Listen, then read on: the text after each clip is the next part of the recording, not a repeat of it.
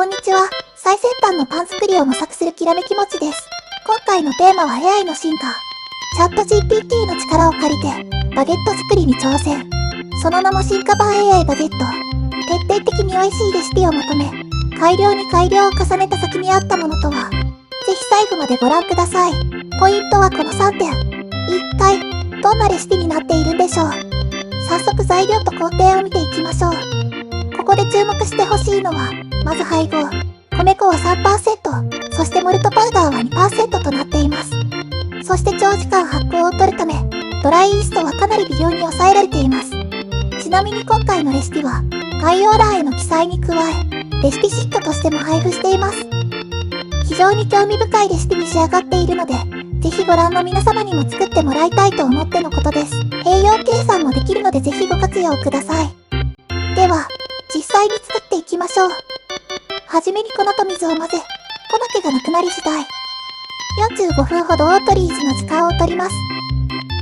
続いて、塩とイーストも加え、軽く混ぜ込みます。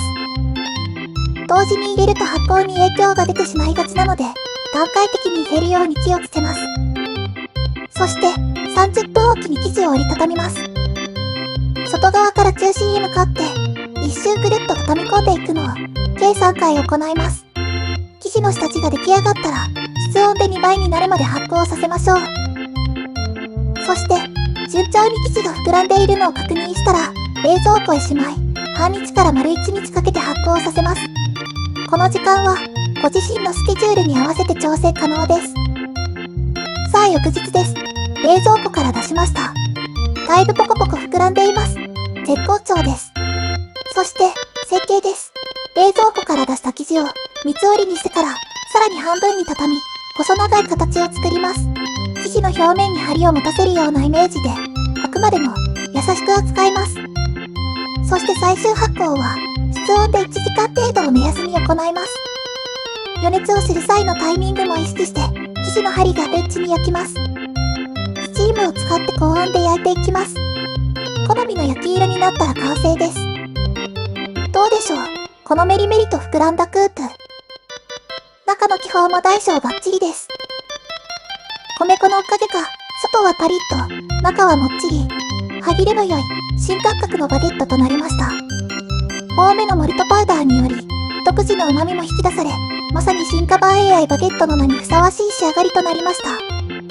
自分では思いつかない配合でこそ、この味わいに出会えたわけです。ぜひ、皆さんも作ってみませんか？パン作りがお好きな方々の感想やコメントが並ぶのが楽しみです。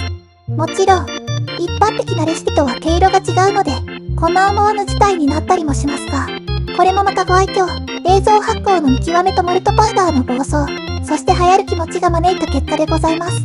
でも、お家でのパン焼きはこんなこともよくある話です。予想外の展開であっても、笑い話にして、美味しく楽しく食べてしまいましょう。今回も、最後までご視聴いただき、ありがとうございました。きらめきもちは引き続き、パン作りの延長線上にある動画作りを加速させていきます。皆さんのチャンネル登録や高評価のボタンが、とても励みになります。もちろん、コメントも大歓迎です。質問や感想など、お気軽にどうぞ。それでは、次回の動画も楽しみにしていてくださいね。以上、きらめきもちでした。